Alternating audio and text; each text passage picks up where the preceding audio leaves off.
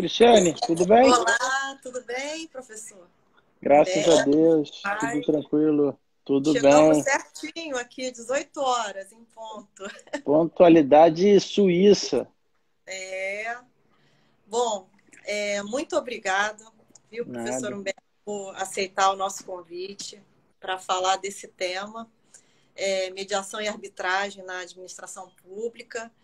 Eu estou muito feliz de tê-lo aqui conosco. Obrigado. Como eu sempre falo, para mim e para muitas pessoas, né? Com certeza, você é a maior referência nesse Obrigado. tema. E eu tive a felicidade de tê-lo na minha banca do mestrado sobre conciliação na administração pública, quando isso ainda não era um tema tão badalado, vamos dizer assim, né? E eu me lembro muito bem que o professor Humberto sempre falou desse tema, sempre trabalhou, né, com toda essa expertise, essa maestria sobre mediação e arbitragem. Hoje estamos com ele aí, né, esse um tema mais badalado, amplamente utilizado na administração pública. Estou vendo aqui vários colegas da AGU entrando que lidam diretamente com essa matéria, que inclusive fazem parte, né, de câmaras de conciliação. Então, eu gostaria, professor, que a palavra é toda sua, para você falar aqui com a gente, o que a gente pode aperfeiçoar, o que tem que ser melhorado, né, com todo o seu conhecimento sobre a matéria. E eu vou fazer aqui, né, de praxe, aqui a apresentação. Todo mundo conhece o professor Humberto, mas vou falar aqui rapidamente sobre a qualificação, né, que é imensa, mas vamos lá. Professor Humberto Dalla Bernardina de Pinho, é professor titular de Direito Processual Civil da UERJ, na Estácio e no IBMEC. Tem graduação, mestrado e doutorado na UERJ, é pós-doutor pela University of Connecticut School of Law, instituição na qual também Martin Flynn Global Law Professor, é isso? É membro do Ministério Público do Estado no Rio de Janeiro e assessor internacional do Procurador-Geral de Justiça.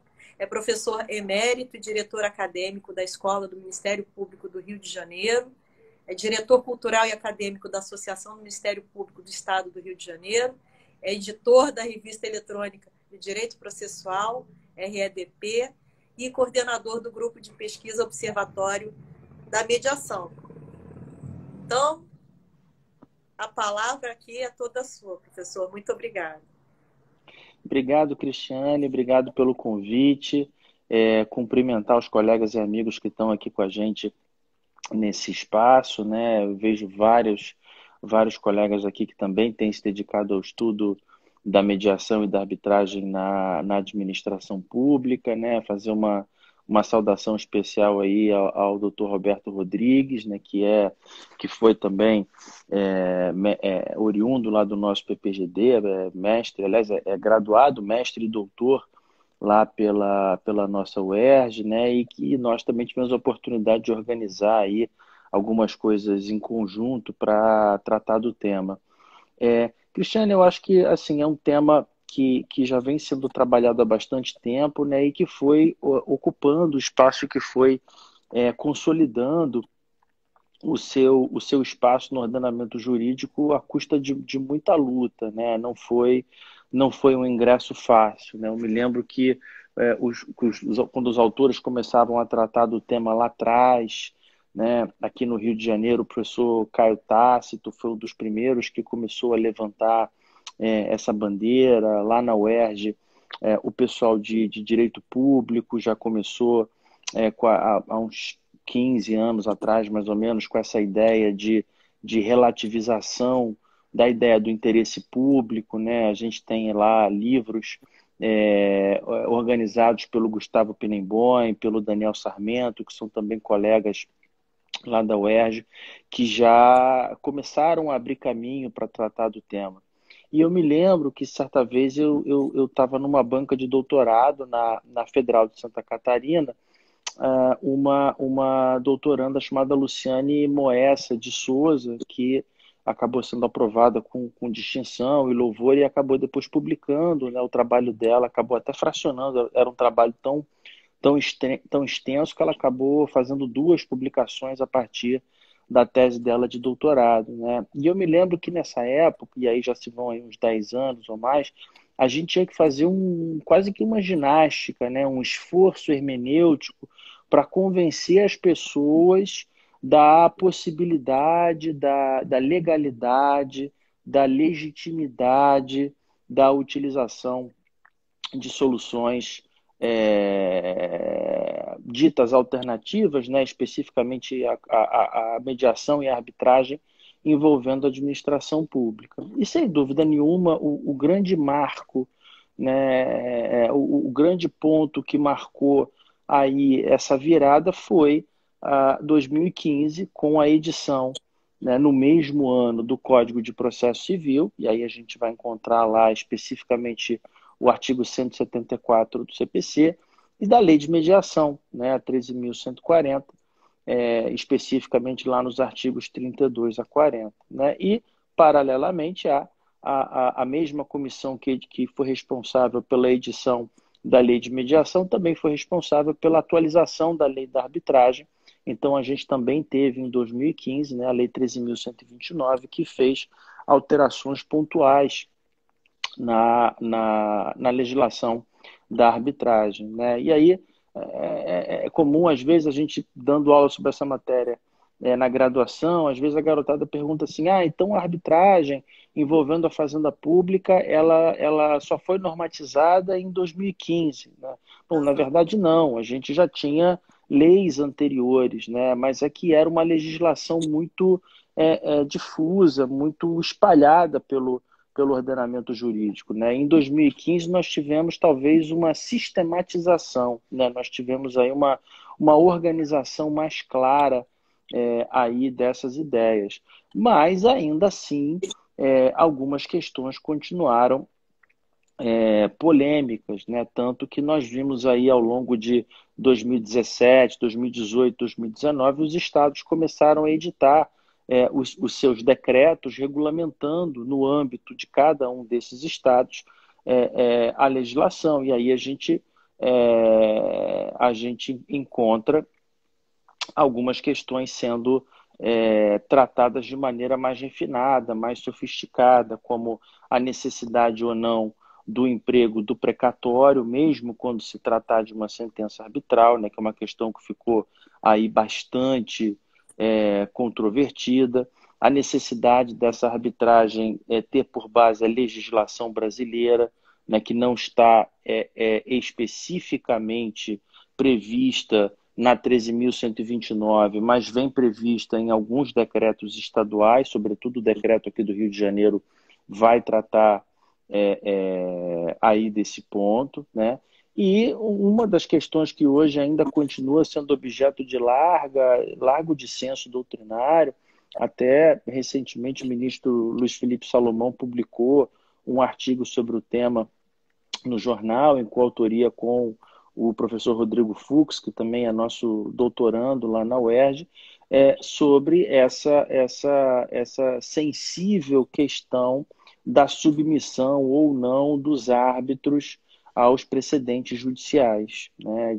E uma questão que me parece que toma um colorido mais intenso quando a gente está lidando com a fazenda pública, né? Uma arbitragem, pensar numa arbitragem envolvendo a fazenda pública, onde um árbitro decide de forma diversa a uma decisão com efeitos vinculantes, né? Se nós formos pensar, por exemplo, um RESP repetitivo do STJ ou uma súmula do Supremo Tribunal Federal, ou mesmo uma decisão em controle abstrato da constitucionalidade, é uma questão que realmente chama aí a nossa atenção. Né? Então, eu acho que são dois sistemas, como eu sempre digo, são dois sistemas muito diferentes. Né? Eu me lembro que o professor Carlos Alberto Carmona, que é uma referência no estudo da arbitragem no Brasil inteiro há muitos anos, né? Ele sempre repetia, né? E ele brincava nas palestras dizendo, olha, eu tenho um mantra que eu repito e não me canso de repetir. A arbitragem é diferente. As pessoas procuram a arbitragem porque elas não querem ter o mesmo tratamento que elas têm no Poder Judiciário. Se nós formos usar a arbitragem como um anexo do Judiciário, ela perde a razão de ser. Então, as pessoas gastam muito dinheiro, né, pagam honorários elevados aos árbitros, gastam em despesas com o tribunal arbitral, né, enfim, praticam atos que são dispendiosos, porque elas querem uma forma diferente de resolução de conflito. Elas não querem simplesmente estar vinculadas às mesmas regras que valem no processo judicial. Mas, por outro lado, se a gente trabalha, né, com o referencial, que eu sei que também você gosta muito, que é o referencial do professor Leonardo Greco, né, para quem a jurisdição não pode ser entendida como uma função unicamente do Estado, né, ela até é uma função prioritariamente exercida pelo Estado, mas não é uma função privativa do Estado. Então, quando a gente trabalha com esse referencial teórico do professor Greco, a gente automaticamente tem que expandir o conceito da própria jurisdição. Então, a gente tem que entender que o árbitro está exercendo a jurisdição, o mediador está exercendo a jurisdição, o conciliador está exercendo a jurisdição, e aí a questão se torna ainda mais delicada, porque como que diversas pessoas, algumas pertencentes a órgãos públicos e outras não, mas todas elas estarão exercendo a jurisdição, como que algumas delas estarão sujeitas aos precedentes e outras não?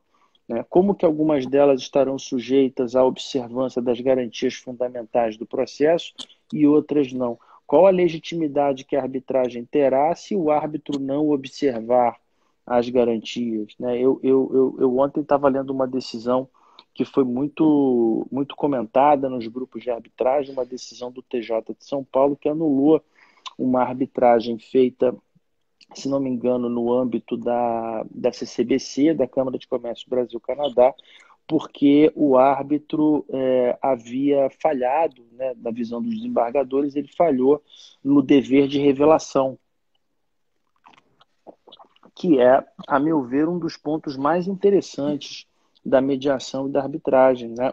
Um ponto que eu acho que deveria até constar expressamente no CPC, é uma pena que não conste, porque com o dever de revelação, a gente meio que inverte a ordem das coisas. Né? Então, você não precisa esperar que a parte interessada alegue ou argua a suspeição ou impedimento do mediador ou do árbitro. Né? Na verdade, você impõe que esse profissional tome a iniciativa, que ele tome a dianteira e revele, desde logo, qualquer informação que potencialmente, ainda que em tese, possa macular a relação de confiança que as partes têm com ele. Né?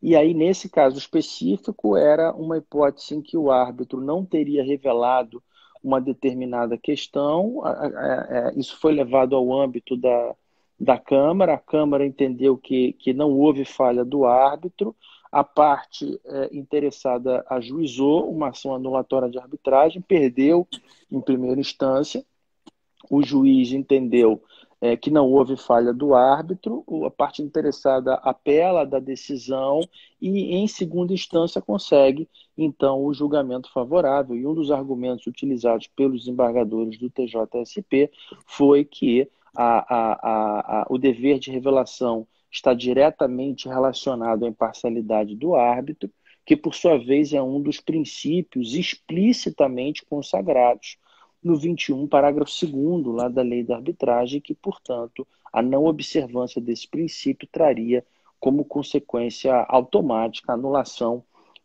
do procedimento arbitral. Né? E aí, obviamente, quem tem uma mente um pouco mais privatista, um pouco mais liberal, pode entender que houve algum exagero na decisão do TJ de São Paulo. Quem tem uma cabeça mais publicista, quem tem um pensamento um pouco mais tradicional, pode entender que não, que de fato tem que haver esse controle. Né? Mas a decisão é interessante, ela provoca um debate bastante salutar, na medida em que se reconhece expressamente a necessidade de observar o mesmo grau de garantias constitucionais, o mesmo grau de garantias fundamentais, tanto na esfera judicial como na esfera extrajudicial. Se houver uma falha né, se houver um lapso por parte do conciliador, do mediador ou do árbitro em não observar este mesmo patamar de garantias fundamentais,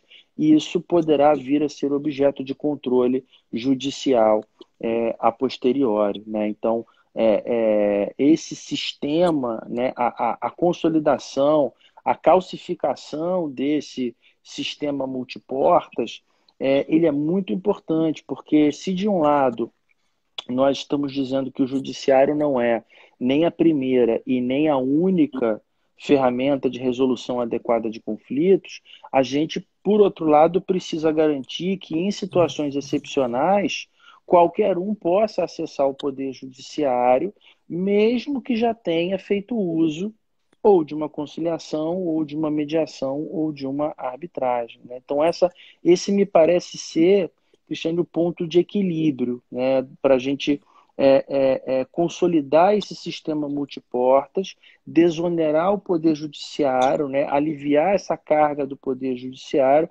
mas, ao mesmo tempo, deixar sempre ali uma saída de emergência, deixar sempre uma porta de segurança, porque o acesso ao judiciário não pode ser obstado em hipótese alguma, né? Eu me lembro, há muitos e muitos anos atrás, aí eu vou me permitir não dizer o ano, para não causar constrangimento nem para mim, nem para a pessoa a quem eu vou homenagear agora, que é o ministro Luiz Roberto Barroso, foi meu professor no primeiro ano da Faculdade de Direito na UERJ, e eu me lembro ainda hoje das aulas de constitucional, primeiro período, o Barroso falava assim, olha, se o sujeito quiser pegar uma receita de bolo de fubá e levar no protocolo do Tribunal de Justiça, dizendo, olha, isto aqui é a petição que ressalva o meu direito.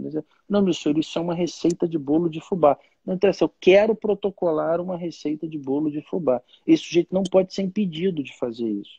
A petição, é óbvio que era um exemplo caricatural, mas para demonstrar que as portas do judiciário têm que ficar sempre abertas. Nós precisamos refazer essa configuração, reorganizar essa configuração de acesso ao Poder Judiciário para que isso funcione também em conjunto, né, e de forma a potencializar os mecanismos, sobretudo da mediação e da arbitragem envolvendo a administração pública. Excelente. Bom, professor, eu achei muito interessante essa visão. E aqui eu comecei a pensar aqui também sobre outro aspecto que eu gostaria que você falasse, comentasse, sobre a vantajosidade da arbitragem para a administração pública, né? Por que né? O que traria alguma vantagem? E, assim, quando a gente fala sobre esse tema, todo mundo pensa logo na especialidade. Que existem questões muito específicas, né? São as questões que são contratualizadas. Inclusive, tem um trabalho, né, do professor Alexandre Aragão, que é interessante porque ele traça essa linha. O que pode ser submetido ou não à arbitragem pela administração pública? Ele fala que são as questões contratualizáveis. E aí tem a questão da especialidade, porque muitos magistrados eles não têm um conhecimento tão apurado sobre determinada questão, coisa que a gente consegue na arbitragem. Mas eu queria saber, professor, se é só isso ou se teria mais outras vantagens decorrentes da arbitragem. Eu acho que o Aragão fornece um bom ponto de partida, né? Essas questões contratualizáveis, essas questões relativas à exploração da atividade econômica, questões relativas a concessões, permissões, autorizações, aquela legislação de relicitações, né, que vai inclusive permitir também especificamente a arbitragem e abre aí um caminho até para que uma arbitragem seja utilizada envolvendo até mesmo uma situação coletiva, né, a situação relativa ao interesse ali de um grupamento social. Então, com isso, a gente meio que ressuscita aquela discussão da class arbitration, né? Vai ter até um evento agora no CBMA, eu recebi hoje a propaganda, né, discutindo isso, porque é algo que está se avizinhando aí no Brasil realmente, né? Já já há estudos, estava lendo recentemente um artigo que saiu na Repro sobre a eventualidade até da possibilidade da intervenção do MP num procedimento arbitral envolvendo o interesse público, posição com a qual eu não concordo. Eu acho que o MP não deve intervir em procedimento arbitral. Eu acho que é uma outra lógica que funciona aí no procedimento arbitral, né? Mas isso está despertando esse tipo de questão. Nós tivemos brilhantes teses de doutorado em São Paulo, a professora Ana Neri, aqui na UERJ, o professor André Roque enfrentou o tema, né, que é um tema árido, um tema bastante difícil, mas eu acho que essa talvez seja a próxima fronteira, né? Hoje nós já temos aí um arcabouço normativo que me parece bastante confiável, que passa bastante segurança jurídica para que a gente possa fazer arbitragem envolvendo a fazenda pública, e eu acho que a próxima fronteira que a gente vai cruzar é essa, né? A configuração de uma arbitragem de classe, como é que a gente vai costurar, né? Como é que a gente vai transplantar esse novo órgão para o corpo jurídico, né? Se vai ter como é que o grupamento social vai se manifestar, se isso vai ser um direito coletivo, difuso, enfim, individual, homogêneo. Mas isso é uma questão que ainda vai demorar um pouquinho para amadurecer, né? Nesse ponto específico que você colocou do Aragão, eu acho que sempre haverá uma dificuldade de se estabelecer com precisão quais são os limites do objeto da arbitragem. Então, sempre haverá um grau de risco, né? Porque a legislação da arbitragem diz que ela só é cabível em direitos disponíveis patrimoniais, né? E o legislador ele teve até uma certa obsessão, eu brinco nas aulas, né? O legislador ficou um pouco obsessionado, porque ele menciona direitos patrimoniais disponíveis no artigo 1º caput, quando ele dá a amplitude da arbitragem, e ele repete essa mesma expressão no artigo 1º, parágrafo 1º, quando ele fala do cabimento da arbitragem envolvendo a administração pública, né? E isso causa um certo desconforto, porque normalmente os direitos relativos à fazenda pública são direitos indisponíveis transacionáveis, né? Alguns são até indisponíveis não transacionáveis, tá? Por exemplo, se entende que em matéria de improbidade administrativa é possível fazer o acordo, né? Esse acordo já era sustentável antes por conta da resolução 179 do Conselho Nacional do MP, e esse acordo se mostra agora ainda mais visível por conta da figura do acordo de não persecução civil, né, que foi inserido lá no artigo 17, no artigo 17, parágrafo 1º da Lei de Improbidade, pela 13964. Mas a doutrina, de forma geral, vai dizer o seguinte: não, o ressarcimento integral ao erário não é transacionável. Então, este seria um exemplo de uma verba, né, que é oriunda de um direito indisponível e não transacionável.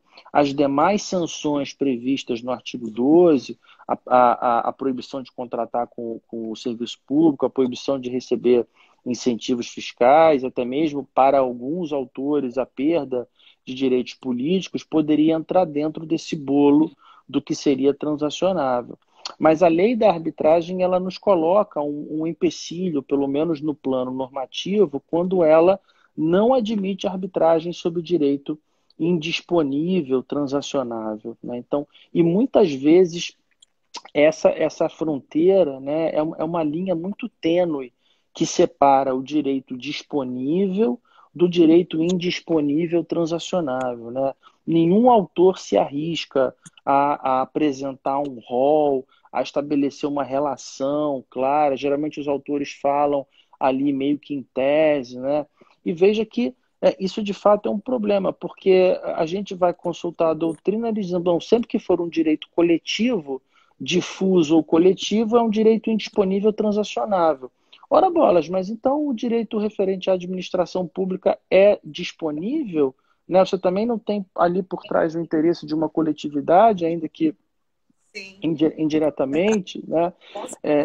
Então, algumas pessoas até advogam a tese de que teria sido melhor que o legislador assumisse isso expressamente, né? Colocasse lá no artigo 1º que a arbitragem é cabível também para direitos indisponíveis transacionáveis, né?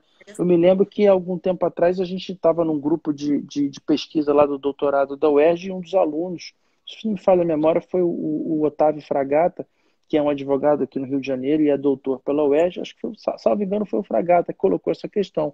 Ele falou, poxa, não seria melhor trabalhar será que não daria um pouco mais de conforto, né? Não daria até mais segurança jurídica se nós pudéssemos trabalhar também com a arbitragem envolvendo direitos indisponíveis transacionáveis, né? Só que aí o Juliano está até colocando aqui exatamente, né, a questão do interesse primário e interesse secundário, né? Aquela classificação super tradicional da doutrina do direito administrativo, né? Então, quer me parecer que nós temos uma dificuldade no plano dogmático, no plano normativo, mas, ao mesmo tempo, como eu falei, a gente já tem uma segurança jurídica na medida em que a própria jurisprudência, né, do Superior Tribunal de Justiça e do Supremo Tribunal Federal foram, com o passar do tempo, me lembro que um dos primeiros acordos, né, um acórdão pioneiro, foi do ministro Fux, quando ainda estava em exercício no Superior Tribunal de Justiça, no sentido de reconhecer a possibilidade do uso da arbitragem. Então, acabou que a jurisprudência aí puxou um pouco a doutrina a reboque, né? Mas eu acho que nós já temos hoje um amadurecimento jurídico para trabalhar até mesmo com a expansão da utilização da arbitragem, né, mesmo para direitos indisponíveis transacionáveis, mas isso demandaria ou uma atualização legislativa, então isso seria uma proposta de lege ferenda, ou no momento de se fazer a leitura e a interpretação daquele direito, a gente considera que, pela natureza contratualizável, como diz o Alexandre Aragão, aquele direito ele passa a ter o rótulo, né, de direito disponível. A dificuldade é porque esses rótulos eles são volúveis, né? Você pode tirar um rótulo e colocar numa garrafa ou na outra garrafa, né? Não há uma identificação perfeita, né? Não há uma clareza de ideias. Eu me lembro que há alguns anos atrás, o professor Sérgio Bermudes, com a clareza e a perspicácia que são peculiares, ele dizia isso, né? Ele nas palestras perguntava assim, meus caros, o direito a alimentos é indisponível ou é disponível? E aí a plateia respondia, não, direito a alimentos é indisponível. Ele fala, não, depende. Depende, porque para o alimentante é disponível. Para o alimentando é indisponível. Então, talvez nós possamos utilizar essa diferença de referenciais também na fazenda pública, né? Naquele momento, aquela relação contratualizada que se estabeleceu entre a fazenda e o particular, por exemplo, para o particular aquele direito é disponível. Talvez para a fazenda aquele direito seja indisponível, transacionável. Então a gente ainda tem essa dificuldade, né? Quase que uma dificuldade aí oriunda de uma leitura de física quântica, por exemplo, né? Que aquele mesmo objeto ele está ao mesmo tempo em dois lugares, que é o grande ponto de cisão entre a física quântica e a física mecânica, né? Então, aquele determinado contrato, bom, depende, sob os olhos da fazenda pública ele até pode ser indisponível, mas sob os olhos do particular ele pode ser disponível. Então, isso eu acho que é um ponto, um ponto bem dogmático, né? Um ponto bem normativo realmente, mas eu acho que é algo que a gente poderia ter avançado um pouco mais. Talvez isso trouxesse ainda um pouco mais de segurança jurídica para a questão. E outra questão, né, com relação à arbitragem, a gente também vai falar de mediação, que também gera um certo, né, questionamento com relação ao princípio da publicidade versus a confidencialidade quando a administração pública é parte. Então, eu queria que você também falasse sobre isso, como é que você compreende, né, essa privacidade, vamos dizer assim, essa confidencialidade. Eu vejo, Cristiane, que isso está dentro de um problema maior. Eu recentemente examinei uma dissertação de mestrado na USP, o orientador era o professor Heitor Sica. Eu me esqueci agora o nome da mestranda, mas é uma advogada do escritório da professora Eleonora Coelho, que é um escritório bastante tradicional na área de arbitragem. E a tese que ela sustentava era intitulada A Transparência no Procedimento Arbitral. E veja que ela não falava só de fazenda pública, não.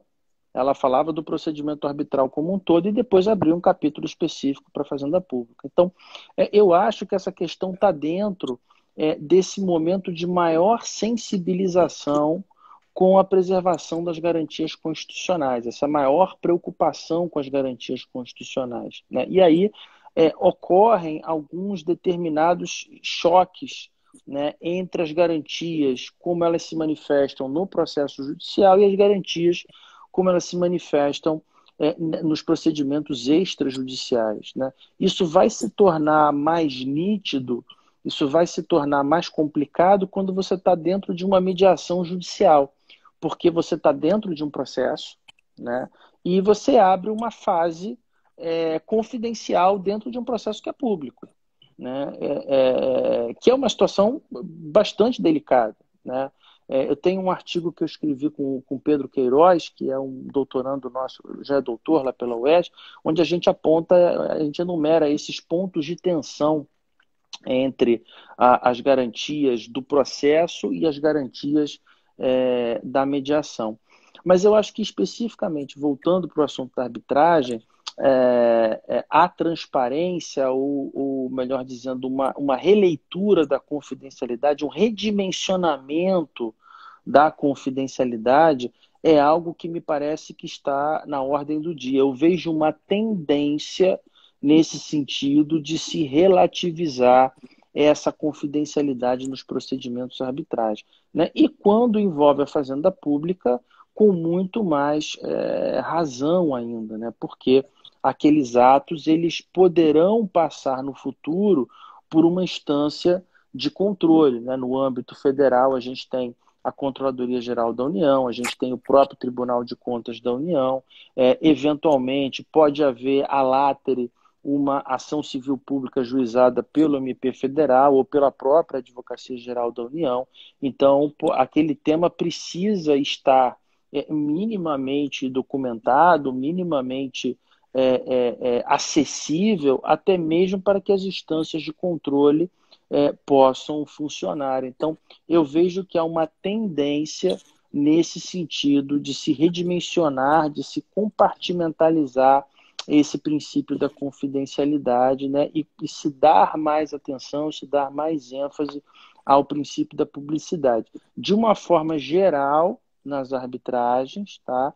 Mas também, mas sobretudo nas arbitragens envolvendo a fazenda pública, né? A gente sabe que o CPC ele teve uma preocupação específica com a confidencialidade, né? E aí vale a pena a gente mencionar lá o 189, inciso 4º do CPC, que é justamente uma das hipóteses que vão gerar o segredo de justiça na via judicial, é a vinda de material originariamente de uma câmara arbitral. Por exemplo, quando o árbitro expede uma carta arbitral para o Poder Judiciário. O 189, inciso 4º, vai ser claro nesse sentido, né? De nada adiantaria se manter a confidencialidade na via arbitral se nós não tivéssemos uma garantia correspondente na via judicial, né?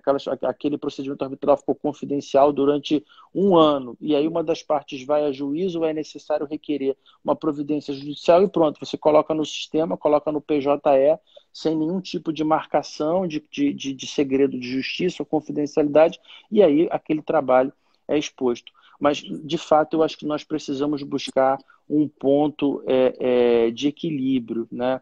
A Paula Mena Barreto, que também é mestre lá pela UES, está fazendo uma colocação interessante aqui, né? Que a maioria das câmaras arbitrais já não tem no seu regimento a cláusula de confidencialidade, né? Reforçando, então, aí essa tendência, né? E que também vem ao encontro, lá no grupo de pesquisa do professor Paulo César Piero Carneiro. Esse foi um dos temas pesquisados, né, pelo grupo, o grupo do ano passado, se não me falha a memória, em que se verificou um aumento exponencial de ações anulatórias, né, lá na forma do 33, parágrafo 1º, né? Então está havendo, e isso é um efeito colateral, assim, acho que ninguém imaginava que isso fosse acontecer, né, com o fortalecimento, com o crescimento da arbitragem. Acho que as pessoas imaginavam exatamente o contrário, né, que ia haver uma interferência judicial cada vez menor. Mas o que nós estamos vendo na prática é que os próprios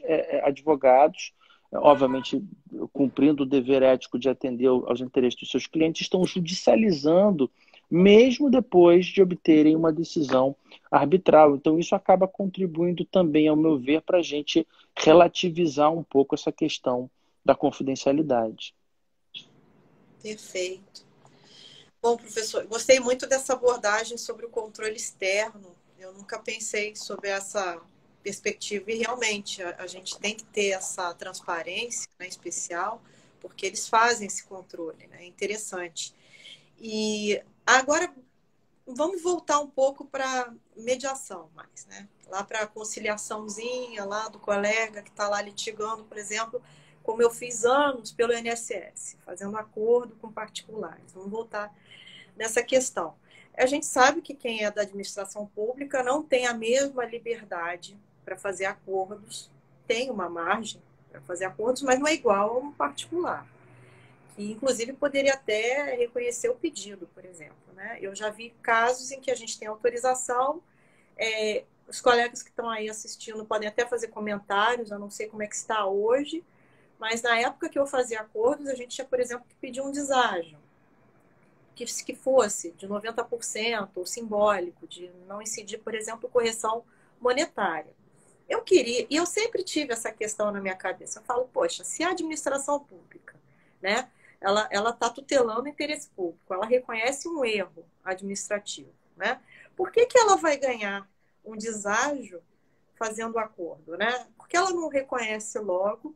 Essa é a minha opinião, tá? Inclusive é polêmica, né? Muitos colegas não gostam, mas eu estou pensando aqui como poder público. Então, eu queria também saber até que ponto essas limitações aos acordos estabelecidas pelo próprio poder público, elas são realmente legítimas, vamos dizer assim, né? Até onde vai essa limitação para fazer acordos? Isso que eu pergunto. É uma questão bem interessante, porque, veja, eu enxergo na tua questão pelo menos dois lados, assim, né? O primeiro, da dificuldade da gente estabelecer um parâmetro objetivo, né? E o segundo, que me parece uma decorrência do primeiro, é a possibilidade, o risco de nós termos propostas muito divergentes, né? Isso hoje trazendo um outro exemplo, entrando numa outra seara, mas para explicar mais ou menos o que isso pode acontecer, existe uma preocupação hoje muito grande no âmbito do Ministério Público com relação a critérios díspares em acordos de colaboração premiada, por exemplo, né? Por que o réu A recebeu uma pena privativa de liberdade baixíssima e logo na sequência ele foi para domiciliar ou botou a tornozeleira? Por que o réu B, que estava em condições semelhantes, né, no mesmo tipo penal, mas obviamente ali com uma ou outra nuance diferente, mas por que ele pega uma privativa de liberdade de 4 anos e só depois que ele vai? Por que o réu C, como nós já tivemos exemplo, recebeu a imunidade, né, que depois veio a ser derrubada pelo próprio Supremo Tribunal Federal, né, os irmãos C, por exemplo? A gente já tem um critério para isso, né? O mesmo problema já está se avizinhando nos acordos de não persecução civil, né? Essa semana recebi um contato de uma colega do interior que estava fechando um acordo de não persecução delicado, e ela falava assim, olha, os advogados estão pressionando, porque, sei lá, na outra comarca o promotor ele está colocando só o ressarcimento ao erário e mais uma das sanções do artigo 12 da LIA. Né? Pô, o senhor está colocando duas. Pô, por que, que o outro cliente vai ter só o ressarcimento mais uma e o meu vai ter o ressarcimento mais duas? Então, isso também traz uma dificuldade. Né? Então, acho que essa questão que você colocou, na verdade, ela é a ponta de um iceberg. Né? A gente enxerga ali a ponta, quando chega perto você tem uma montanha que está debaixo d'água, que de longe você não vê. Então, a necessidade de fixação de critérios objetivos, né? E que, de novo, a gente esbarra no princípio da isonomia. Isso é algo que me preocupa bastante. Né? Será que no futuro essas pessoas não vão procurar o Poder Judiciário para alegar que houve falta de razoabilidade, que houve falta de proporcionalidade, né? Ou do contrário, imagina que dois procuradores, né, dois AGUs, diante da mesma situação, um celebra o acordo e o outro não. E aquele que não celebra o acordo e vai para a via judicial acaba vencendo o processo, né? Ou acaba perdendo o processo, e aí a União tem que pagar um valor muito mais alto do que se ele tivesse fechado aquele acordo. A gente sabe que no plano da responsabilização pessoal, isso não é um problema, porque o artigo 40 da Lei de Mediação, de forma bastante adequada, ao meu ver, protege o servidor público. Então, ele só vai poder ser responsabilizado se ficar comprovado que ele agiu com dolo ou com fraude, né? Mas isso enfraquece a atuação institucional, né? Os advogados vão apontar, provavelmente, diversidade de parâmetros, né? Métricas distintas, né? Por que que esse procurador fez um acordo de 10 mil, por que que esse procurador fez um acordo de 25 e esse procurador fez um acordo de 50, né? Será que a gente não teria que ter algum tipo de parametrização para isso? A Flávia, que está aqui com a gente, a Flávia Freitas, também é especialista, colega nossa lá, procuradora federal, também especialista, né, em mediação e conciliação na administração pública. Ela está trazendo um ponto que é justamente o que eu gostaria de falar. Eles sempre pedem para que a gente comprove a vantajosidade econômica para fazer um acordo. Só que o que eu acho, aí é uma ponderação que eu tenho, queria a sua opinião. Eu acho que a vantajosidade ela já é implícita só no momento de você estar dando fim ao conflito em momentos antes. Porque a gente tem todo um custo com a máquina, com os advogados. Eles pensam em vantajosidade pecuniária, com relação ao valor da causa. E, no entanto, ninguém considera expressivo essa economia que a gente tem com o término antecipado de um conflito. Se você sabe que está errado e já faz um acordo e termina, você está liberando o procurador, recursos humanos, recursos materiais, que não vão ser mais empregados para aquela causa. Então, eu queria entender se está de acordo, professor, se tem alguma outra... Eu acho que eu estou de pleno acordo, e aí entra a questão da importância da gente ter uma leitura baseada na análise econômica do direito, né? Então, essa vantajosidade econômica, ela tem que ser vista em perspectiva, né? Ela não pode ser limitada àquele valor considerado em termos absolutos, né? Eu me lembro que alguns anos atrás nós tivemos um magistrado aqui do estado do Rio, que é o doutor Antônio Aurélio Abirrame Duarte, que ele desenvolveu a dissertação dele de mestrado lá na UERJ, na linha dos juizados especiais, e demonstrando, a partir de cálculos matemáticos, quanto custa cada processo que tramita perante o juizado especial civil, quanto cada processo desses custa. Na medida em que as pessoas não pagam custas, né, a maioria das pessoas ainda aciona a Defensoria Pública. Então, ele propôs ali uma equação, né? Propôs ali uma fórmula matemática para se estabelecer quanto cada um daqueles processos custa. E ele hoje está retornando a casa, o Antônio Aurélio está fazendo pós-doutorado sob orientação do ministro Fux para trabalhar novamente essa questão sobre a ótica do consequencialismo, sobre a ótica da necessidade da gente atentar para esses parâmetros econômicos. Então, óbvio que isso uma expertise que foge um pouco ao direito, mas eu me arriscaria a dizer que não deve ser impossível, né? Talvez seja uma operação matemática complexa para nós, que somos do direito, mas certamente um matemático, um estatístico conseguirá, né, criar ali um algoritmo que consiga fazer esse cálculo, né? Quanto custa a hora de cada AGU em cada um daqueles processos, né? Quanto custa a hora do AGU, quanto custa a hora do juiz, quanto custa a hora do cartório. Hoje, no âmbito federal, praticamente não há mais processos físicos, né? Mas quanto custa a manutenção do processo eletrônico, quanto custa a manutenção dos servidores que arquivam aquelas informações e estabelecer uma gradação. Quer dizer, quanto mais rápido aquele acordo é celebrado, né? Eu acho que essa vantajosidade ela tem que ser vista nessas duas dimensões, não só a dimensão do valor do acordo, mas também a dimensão daquilo que se está poupando, daquilo que nós estamos evitando de gastar. Né? E aí eu acredito que a gente vai precisar trabalhar aí na criação de um algoritmo, de uma métrica para isso, mas me parece algo factível. Muito bom. Inclusive, eu já anotei aqui, né, o uso, no caso, da inteligência artificial para fazer essa precificação, criar um algoritmo. Isso seria muito interessante mesmo, até em termos de eficiência processual, né, efetividade. Muito interessante, professor. Porque você fala, genial, né? Professor, a gente fala um pouquinho, já surgem várias ideias. Eu sinto até falta daquelas aulas de doutorado e mestrado, porque faz falta. Aqueles diálogos que a gente tinha em sala de aula, aquilo ali refresca demais as nossas ideias, enfim, e isso agrega muito.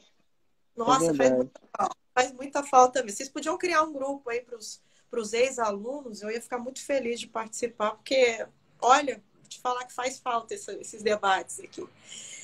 Bom, professor, então, para a gente... bom, a gente tem bastante tempo ainda. Ainda temos aqui uns mais de quase 15 minutinhos aqui. Uma última questão que eu gostaria é que você fizesse uma análise sobre a evolução desses meios alternativos, né? Que o pessoal nem gosta mais dessa expressão alternativa, né?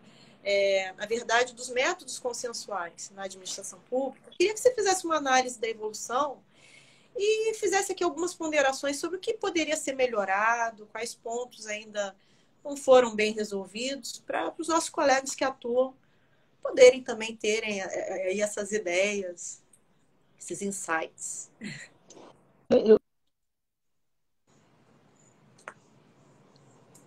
Cai aqui, voltei. Voltou.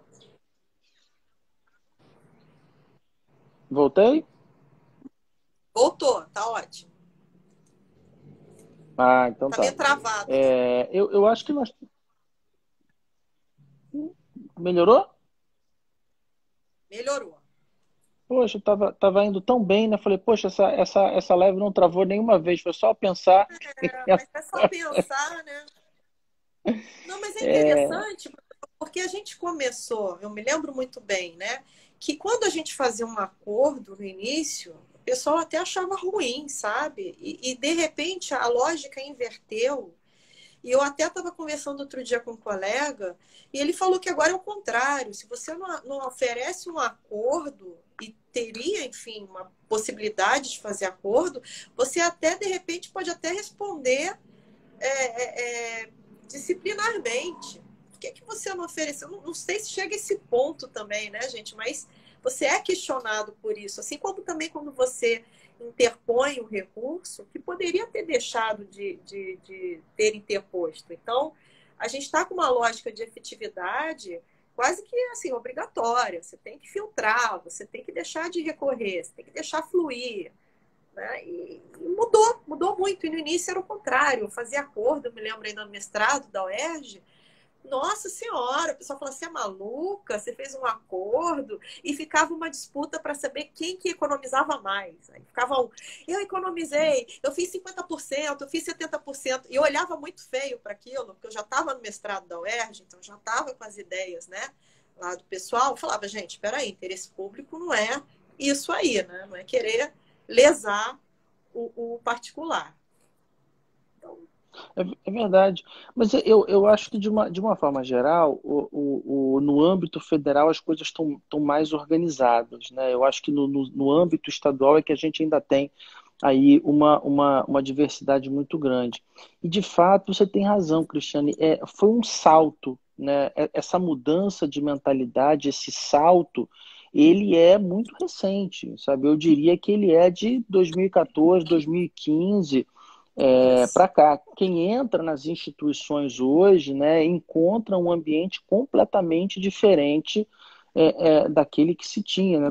Como eu estou há bastante tempo, esse ano eu completo 25 anos aqui no Ministério Público do Rio, eu passei por essas etapas todas. Eu me lembro que quando a Lei 9.099 entrou em vigor, em 1995, né, nós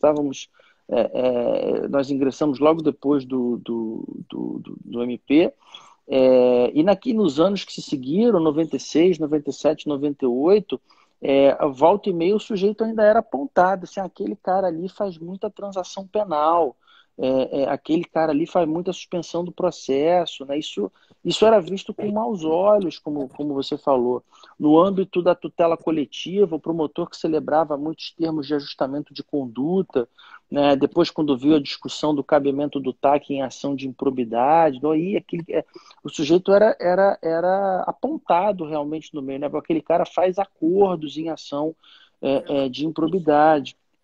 E aí a gente viu as coisas mudarem muito rapidamente, né? Veio em 2013 a lei anticorrupção e a lei da colaboração premiada, em 2015 a lei de mediação, depois a mudança na lei de introdução às normas do direito brasileiro, agora a lei 13.964. Então, assim, de 2013, sobretudo para cá, foram mudanças muito rápidas, né? Essa ideia de, de de que, de fato, o jurisdicionado tem um direito subjetivo a receber do Estado o método mais adequado de resolução de conflitos. Eu acho que esse aqui a partir do Sim. momento em que lá atrás, né, lá em 2010, é por isso que eu sempre digo, a resolução 125 do CNJ é uma resolução visionária. É. Ela é visionária, né? Realmente só uma mente privilegiada, como a do professor Kazuo Watanabe, né, que foi o grande idealizador lá atrás, através do grupo de pesquisa dele da USP. Lá em 2010, você se arriscar a falar numa coisa chamada política pública de resolução de conflitos. E aí a 125 foi sendo alterada algumas vezes, foi alterada agora em julho, né, pela 326 do STJ, para que constasse expressamente a palavra adequada, né, tu tem direito à resolução adequada de conflito. E de conflito, isso passa a ser uma obrigação imposta a todos os órgãos do Poder Judiciário. E aí, na medida em que essa obrigação se impõe ao Judiciário, me parece que ela se impõe também aos demais operadores do direito, né? Não só os advogados públicos, como os advogados privados, aos membros do Ministério Público e à Defensoria Pública, né? Então, é como se todos nós fôssemos chamados a exercer uma parte dessa jurisdição. Não a jurisdição privativa do Estado juiz, mas a jurisdição enquanto forma adequada de resolução de conflitos. Né? E o que a gente entende por forma adequada? É uma forma que observa os princípios constitucionais. Adequado significa de acordo com os princípios constitucionais. Então, quando um AGU faz um acordo extrajudicial, ele está praticando a jurisdição, ele está exercendo a jurisdição, porque ele está oferecendo uma forma de pacificação, né? Como você falou, ele está precificando aquele conflito dentro de uma melhor equação possível de custo-benefício. Eu acho que esse que é o limite, né? Qual é a melhor equação de custo-benefício? Levando-se em consideração a segurança jurídica, levando-se em consideração a efetiva pacificação, porque não adianta fazer um acordo para o cara amanhã ir ao judiciário questionar aquele É. acordo, ou para amanhã ele voltar a ter aquele mesmo comportamento. A gente tem que ter a preocupação com a pacificação. Né? Quando escrevi a tese de titularidade na UERJ, eu resolvi usar esse nome no título, né? Jurisdição e pacificação, porque eu acho que cada vez mais são funções que estão umbilicalmente ligadas, né? Se a gente fizer um rápido retrospecto, na década de 70, o professor Capelletti se preocupava com o quê? Com a acessibilidade, né? Na década de 80, o professor Dinamarca se preocupava com o quê? Com a instrumentalidade do processo.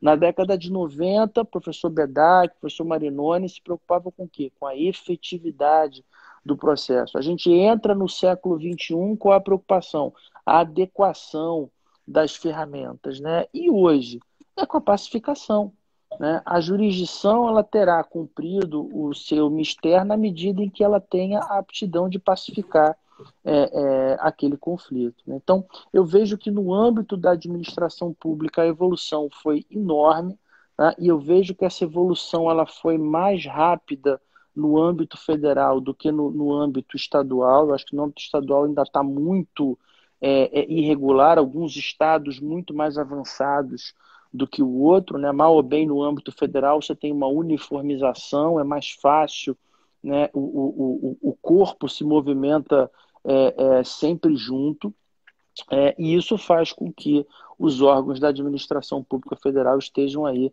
na frente, né? E um grande exemplo disso é a própria SECAF, né? A Câmara de Conciliação e Arbitragem salvo engano, a primeira do país que foi regulamentada, né? Não há nenhuma outra que eu me lembro estadual que tenha sido regulamentada antes, e com uma regulamentação, com uma normatização para a época impressionante. Impressionante. Você vê as normas da SECAP, você pensa que aquilo foi escrito no ano passado, no ano retrasado. É uma norma que já tem aí, salvo engano, uns bons 8 anos, né?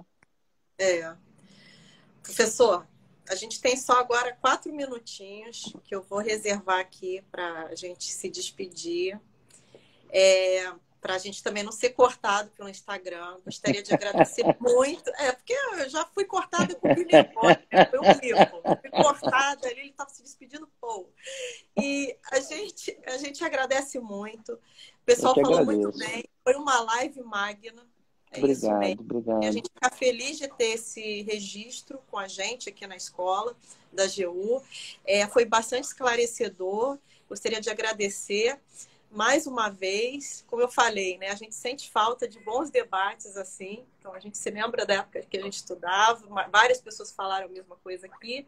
E deixar agora aqui esses 3 minutinhos finais aqui, 2 minutinhos para você se despedir e fazer as suas considerações finais. Se quiser também falar de algum evento ou alguma coisa, pode falar. Espaço assim. Só para agradecer o convite realmente, né? Eu tenho um carinho enorme pela AGU e pelos profissionais, nós desenvolvemos vários trabalhos juntos, né? Foi uma oportunidade muito bacana da gente trocar ideias ainda aqui de forma virtual, né? Queria te parabenizar, Cristiano, pelo excelente trabalho que você tem feito aí na AGU, né? O pessoal está extremamente preocupado em aliar a teoria com a prática, né? A boa técnica com as melhores práticas possíveis. Isso é uma constante na AGU. A gente observa aí o elogio de vários colegas juízes federais, procuradores da República, enfim. Então, parabenizar todo o pessoal aí, agradecer mais uma vez pelo convite, agradecer o pessoal aqui que está presente. Estou vendo aqui o pessoal aqui do IBMEC, agradecer aí a Júlia pela presença, os colegas da AGU, o pessoal da FEMPERJ também aqui presente, enfim. E é isso, muitíssimo obrigado, foi um prazer e espero que em breve a gente possa estar juntos em algum evento presencial, se Deus quiser, tá bom? Obrigado, Cristiane, obrigado, pessoal, grande abraço, viu? Foi um prazer. Um abraço, proteção a todos, usem máscara. Amém, exatamente. Tchau, gente, um abraço. Tchau, tchau.